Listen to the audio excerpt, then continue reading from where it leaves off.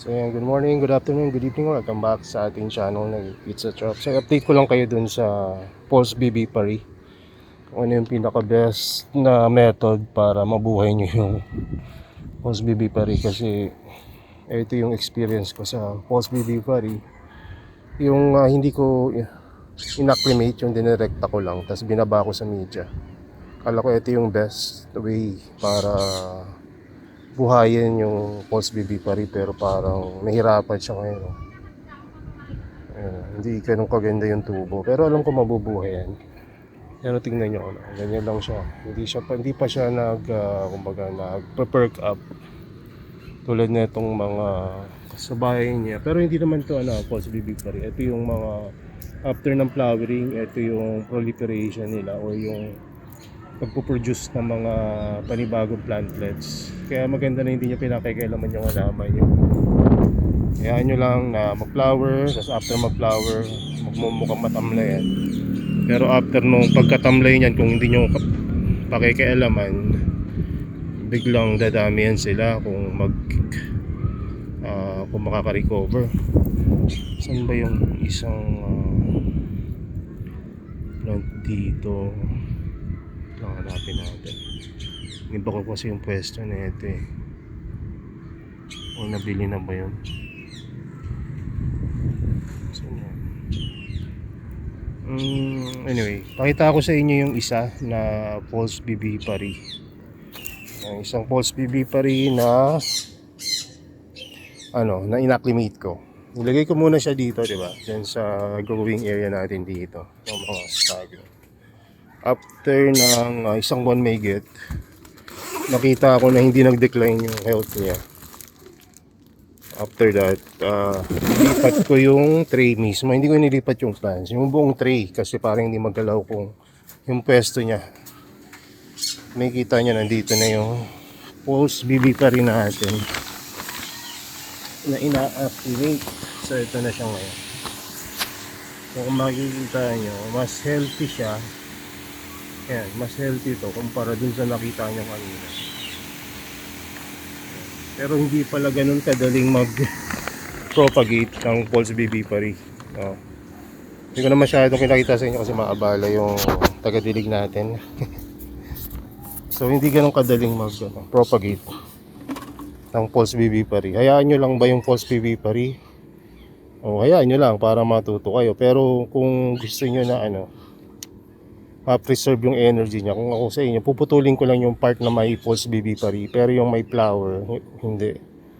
Kasi yung Pulse BB Paris another plantlet siya na tutubo sa taas, parang kambal niya, pero mahirap buhayin, pero kung may experience kayo dati na nabubuhay nyo, pwede nyo i-comment nyo kung gusto nyo i-share, o kaya ayun, ituloy nyo. Pero ako parang hindi support it.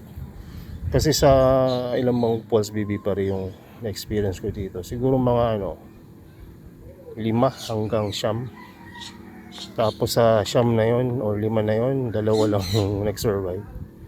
So hindi ganun kaganda. Pero kung dun sa mga nag-flower lang ng natural, ayun, ang dami nilang plantlets. So pinakita ko sa inyo kanina. Ayan. Tapos ito yung ibang update dito sa mga plants natin na nag-flower. Kung mapansinin nyo, mukhang okay pa rin. Pero kung titingnan nyo na malapit, yung mga new growth nila, medyo na-sacrifice.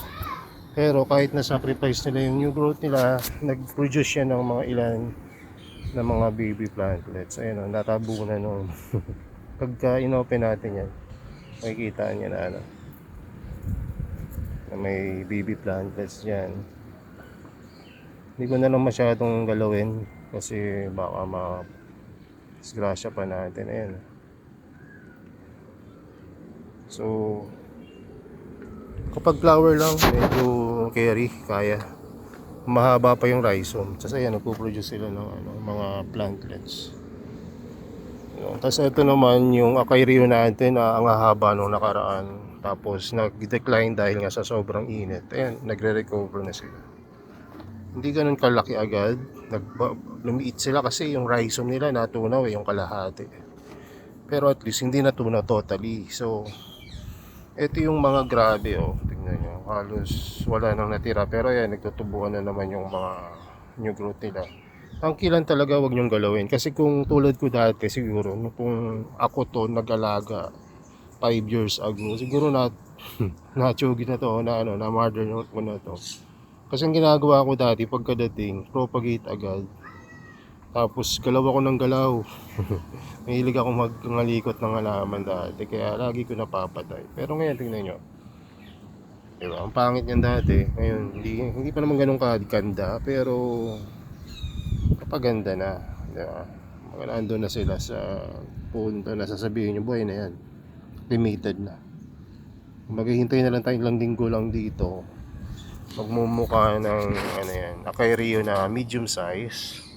Tapos after a month or two, ayun na, balik na yan sa malalaking Acai Rio. Kung makakakuha pa ako nito, kahit na marami pa ako, gusto kong kumuha kasi iba yung ganda ng Acai Rio. Tingnan nyo, ayan. Medyo rare pa to kasi dati ito yung mga pangarap namin ng mga ano, cultivar. So ayan, so may available tayo na Acai Rio na pang out, mga small size, medium and large and XL. Ayan. Sa ngayon parang large lang yung available pala. Ubos na yung XL natin. So sa update naman sa mga plans natin, ayan, karamihan naman okay. May mga nadali rin pero kumbaga manageable. Ayan. Buhay naman sila.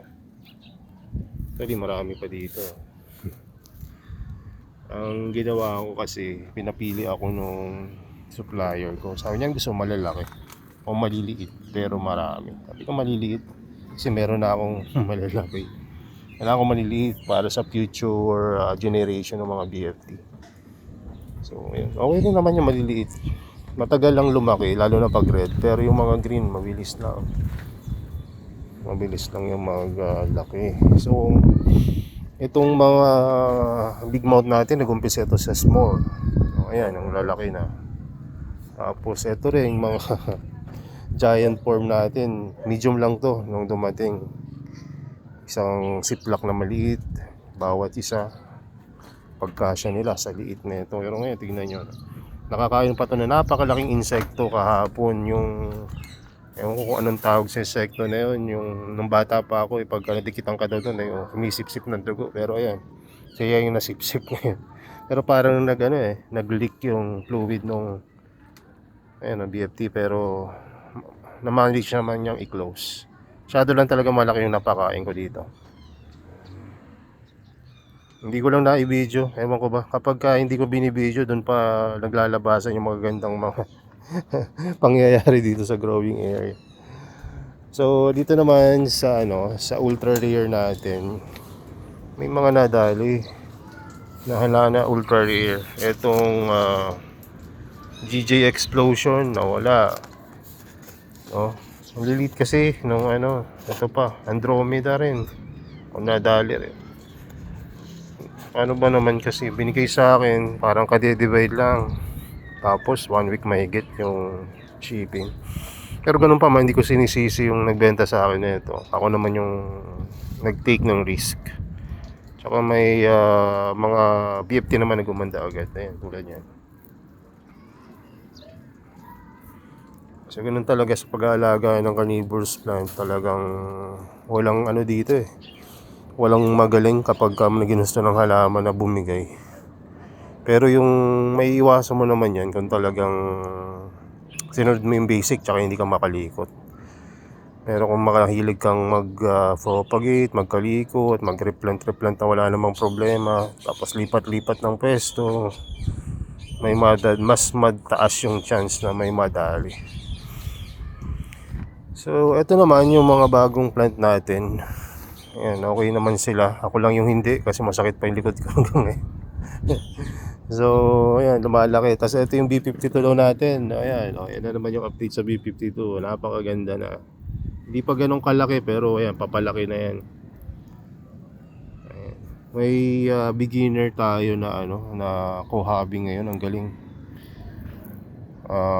Bilis siya napapalaki yung mga plants natin. Taga dito rin sa Cavite. Siya yung bumili kanina ng ilang Hulk. Tapos, ayan. Ito yung ano, pag Hulk kasi na ano, tago 1K, ang pinipili ko yung pinakamalaki tapos maraming plantlets na kasama. Yung tagpa 500 naman, kukuha ko ng small to medium size, syempre. Tapos, ang quality nung paso nun at media, syempre, mas premium yung paso nung tago 1K, syempre. Kasi malulugi naman tayo kung paparehas natin. So, nasa ano no, nasa maganda rin naman yung paso na yan. Actually, gamit ng collector ko na kaibigan yan. Binigay sa akin yung paso na yan eh. So, ayan. So, ito naman yung iba na pang plants natin. Ayan, nandito yung Triton C, ano ito? DMZZZZ.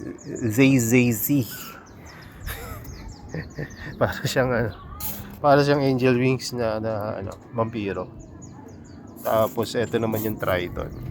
Ayan, di kahon tong Triton, ganyan talaga itsura niyan sa ano, sa Google.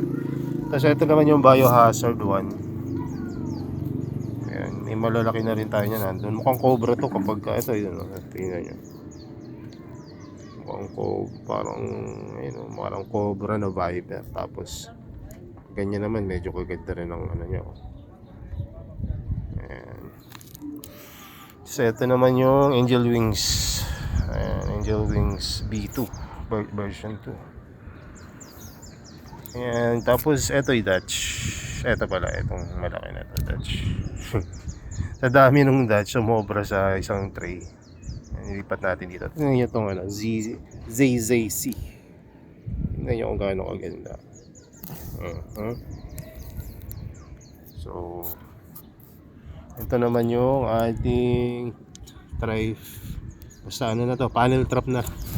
Hindi ko ma-pronounce yung pangalan, parang German o Russian eh. Trichterfall. Ayan, Trichterfall. Ayan, so ito naman yung harmony natin. Maganda pa rin, although may mga nag-decline, pero karamihan ay nag-survive naman. Ang init kasi nung nakaraan. Ngayon medyo gumanda-ganda na yung climate.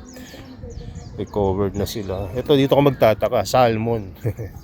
Na variegated BFT, napakaganda. Walang masyadong naging aberya. Tingnan nyo kung gaano kaganda yan. B52. Ito yung matitibay. B52, ito lalo na tong giant form. Ito red piranha. Ayan, tingnan nyo mga kakainin ng BFT ko. Ayun, lumipad. Fruit fly na pag kinapitan ka makati. Parang hinahanap nun ay salt sa katawan natin. So ayan, ito naman yung magandang, para alam nyo rin kung ano yung magaganda. Hindi kayo ma-disappoint kapag na-receive nyo. So ito naman yung, ano ba to? Lettuce na sabi nung kala ko sir, yung lettuce paikot lang. Maganda pala to, sabi nung isang kaibigan natin na taga Dubai. So, ang ganda. Ang ganda naman talaga. Kala ko hindi nagtitrigger to, pero nung nadaganan siya nung isang paso nung nakaraan, may natabig akong paso. Tag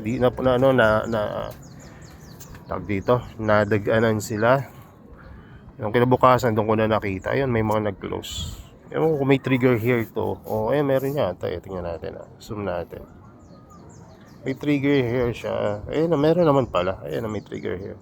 Pero yung pag-close niya kasi mabagal. Ayoko lang tingnan natin isa. Saan ba yung ito. Ayan, tingnan nyo. Hindi siya nagko-close. Mabagal yung closing niya. So, hindi siya effective na ano. Pero maganda. Sa mga collector, ayan. Pero dun sa mga beginner, hindi nila masyadong trip yung mga ganito eh. Kasi sa mga collector, ang hinahanap nila yung uniqueness.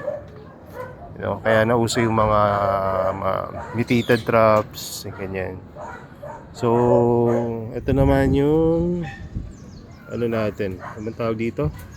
Chinese dumplings. Ayan. Chinese dumplings. Nagre-red rin talaga yan. Ayan. Kailangan lang ng time. So, ang ganda talaga. Tingnan nyo naman. Oh, tingnan nyo. Ganda niyan. So, ayan ang Chinese dumplings.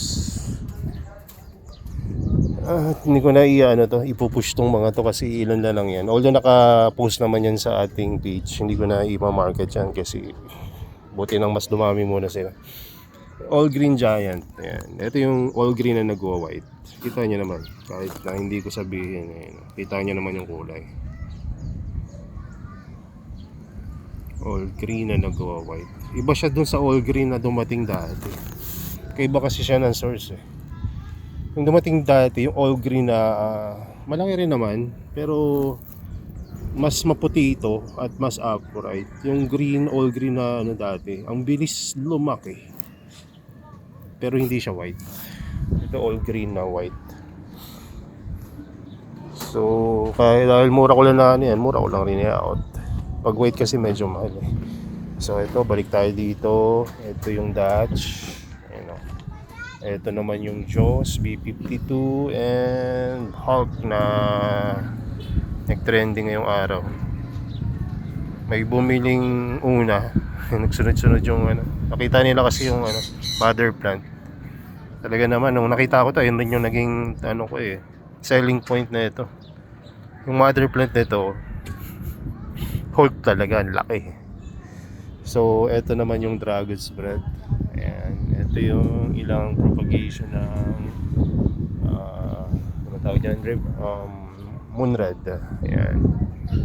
Tractor Fell, Hornbill, Reptile, Black Pearl.